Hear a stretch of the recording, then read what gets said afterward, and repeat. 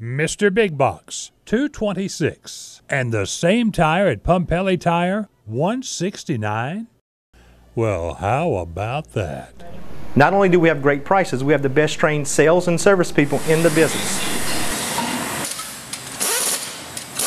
Come by one of your convenient Pumpelly Tire stores for that great personal service you've come to expect.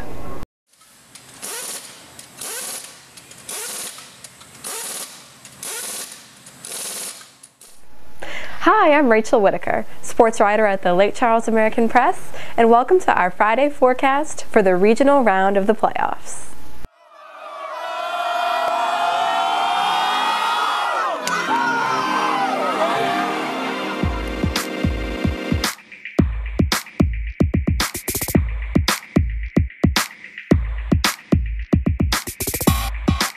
I'm coming to you from the coach's film room at Welsh High School. I sat down with head football coach Robbie Gates and talked about how his team defeated district rival Lake Arthur for the second time this season this past Friday. Welsh will travel to number 4 seed Catholic New Iberia in the regional round on Friday night. We talked about how his team has an arsenal of offensive weapons to spread the ball around to, and how that's helped the Greyhounds be so successful on their current 7-game winning streak. A first-round playoff victory, the second time beating district rival Lake Arthur, and how have you been able to beat them so convincingly both times? I mean, first time by 40 points and then by 53 points last Friday. I don't know. That's one of them head scratchers. We just, we played well both games. Them being a parish rival and a district rival all these years, I mean, it's an easy game for the kids to get up for, and and they beat us the last 2 years and everything like that. So our boys felt like they had something to prove, and all like that. So, but we're playing good football right now, and I think that's the biggest thing. We're on a 7-game win streak right now, and the kids are really executing and really focused and doing what it takes to get the job done right now. Yeah, and against Lake Arthur this past Friday, and Nick Hebert scoring 4 touchdowns, and he's not the only offensive weapon that you have with David Caraway, and 6 different players score touchdowns for you guys. How have you been able to spread the ball around so well? Yeah, I mean, we really don't go into a game thinking that, okay, this one's going to get 10 carries, this one's that. It just kind of evolves as the game goes. I really and truly, I think everything starts with our offensive line. They do a good job of making the holes for them, and then from there, I mean, it makes our job a little easier because, whatever we see, if the tailback looks like it's going to be open, or the wing back, or the fullback, or David running the ball, or they're just through the passing game too, it makes it easier for us to execute those type of things. This is about the most unselfish group I've ever been around, and they all pull for each other, and there's nobody pushing for this or that or anything like that. And I've been real proud of that, and real proud of the senior leadership. And with that, we had 2,000-yard rushers this year, something that hadn't happened here since like 1981, I think they told me. So to me, that's impressive. And like I said, I got to give a lot of credit to our offensive line too with that also. Right, and with Nick Hebert coming back this season after being injured a lot of last year, how important was it to have him back this year? It's very important. I think Nick played in 2.5 games last year. And he was a 1,000-yard rusher his sophomore year. So, we knew the potential was there, and we knew how good he could be, and we knew how good he could make our team. I mean, help as the whole picture evolves. That was big. I mean, he gives us a guy that with a little bit of speed and a little bit of toughness too. That he's hard to bring down, and he runs hard, and he opens up the offense for everybody else too. A lot of people will focus on him, and it opens it up for David, or it opens up for our fullback or for our wingback. And having him healthy this year has really, really been a big help.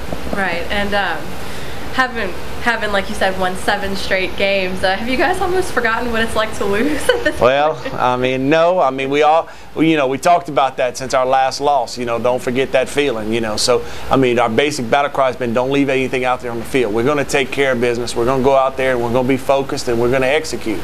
So, I mean, they've all come together and banded together, and it's really been nice. there's always that possibility, and we have been in a couple close games, you know, and I tell the kids all the time, good teams will find a way to win. You know, we played DeQuincy out here till, you know, to a 1-touchdown game, and we were up, and they were going down to score, and we were fortunate enough to get a fumble there at the end and secure the victory. So, you know, so we've been in some tight games, and we've been in a couple that, you know, we took care of business early and didn't have to worry about. So, but now that we're in the playoffs and the second round and everything, everybody's good. So we're going to have to be on toes, going to have to play well to be victorious. So. And of course, offense, hugely important, obviously. But of course, against Lake Arthur, able to force 6 turnovers. You know, how important has your defensive performance been? In you know, I really watched our defense from the first game to last week grow all year long. They've gotten better and better each week. They know their assignments. They bought into what we're trying to do on defense, and they're real physical. And that's something we preached from the beginning, was we want to be physical on defense.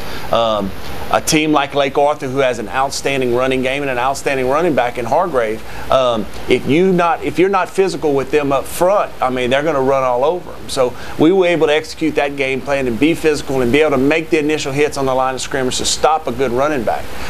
So, you know, and besides that, you know, we've played some passing teams and we've gotten better at defending the pass and all like that. So I feel like our all-around defense has really come on, and that's another big part that's carried us through this win streak also, is our defense.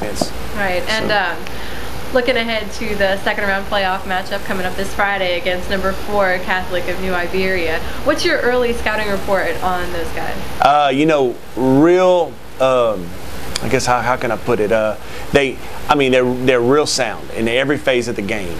They really like to throw the football. They stay in the shotgun and they spread it out. And they got a kid, Joe Lassard, who's a junior, who's thrown for over 2,600 yards this year and 26 touchdown passes. I mean, he can really throw the football. He's going to be a college prospect and all like that. And their receivers run good routes. So that's going to be our biggest test. I mean, we're going to have to be able to defend the pass, you know. And if we're able to maybe put a little pressure on them, I think that'll help. We've had some success with that blitzing and things like that this year. So, you know, with that said too, also it falls back on our offense a little bit to maybe hold the ball, sustain drives. And then if we defensively can force them to punt or force some turnovers, in turn, you never know what'll happen, you know. So no, I'm real impressed with Catholic High and New Iberia. They're really good in all 3 phases of the game: special teams, defense, offense. You know, we're faced with a tough test this Friday night. You know, we're just going to have to play our best football.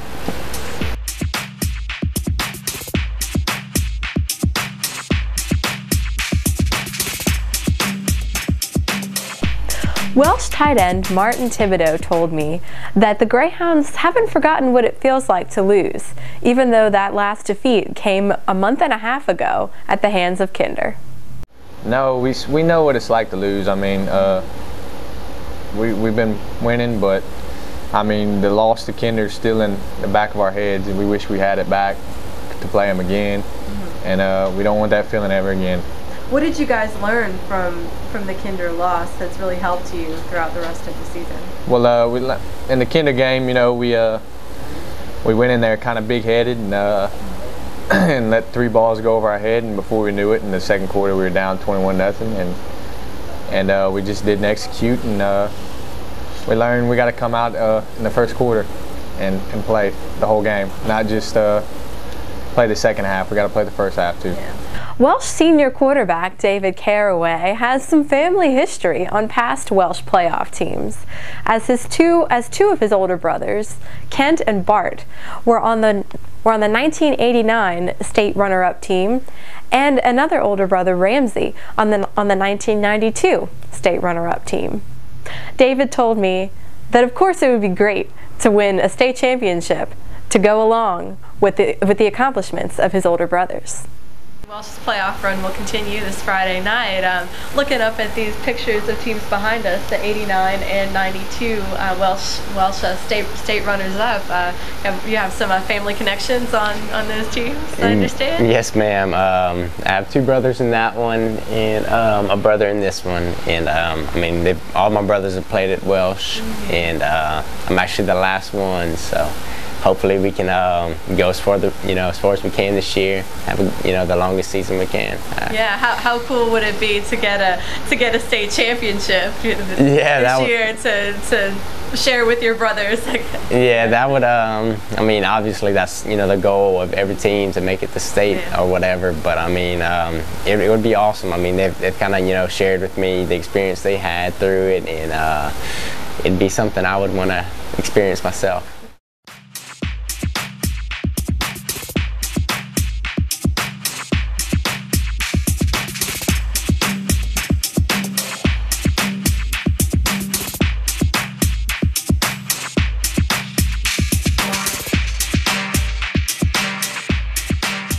And Kinder, the last team to beat Welsh, will carry its powerful running game, spearheaded by Marshall Harmon and Blake Trahan, to New Orleans on Friday night to take on 25th seeded Newman. The Yellow Jackets will try to extend their winning streak to 11 games. There are 6 other playoff games featuring teams in the Lake area coming up this Friday, including Jennings taking on Eunice. Eunice knocked off Jennings by just 3 points earlier in the regular season.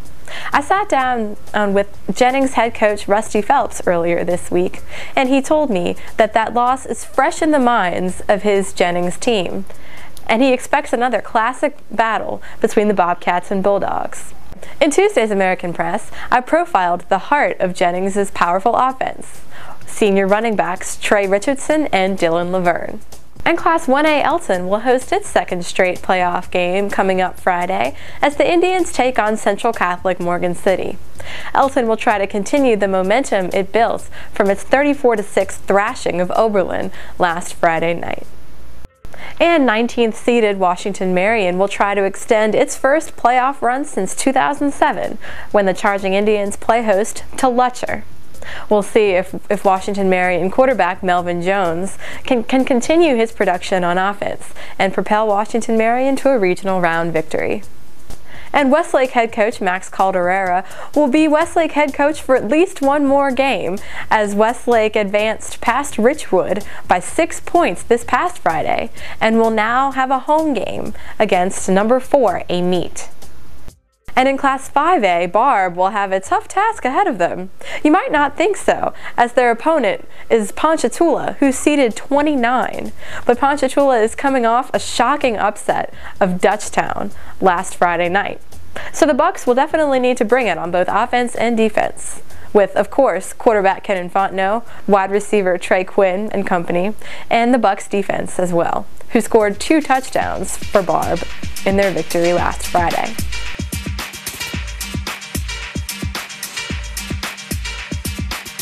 Thanks for watching this week's Friday forecast. Be sure to tune in to AmericanPress.com on Sunday for a recap of the regional round action. And as always, pick up an American Press print edition daily for a look at scores, features, highlights, and detailed analysis of high school, college, and professional sports. For now, from Welsh High School, I'm Rachel Whittaker.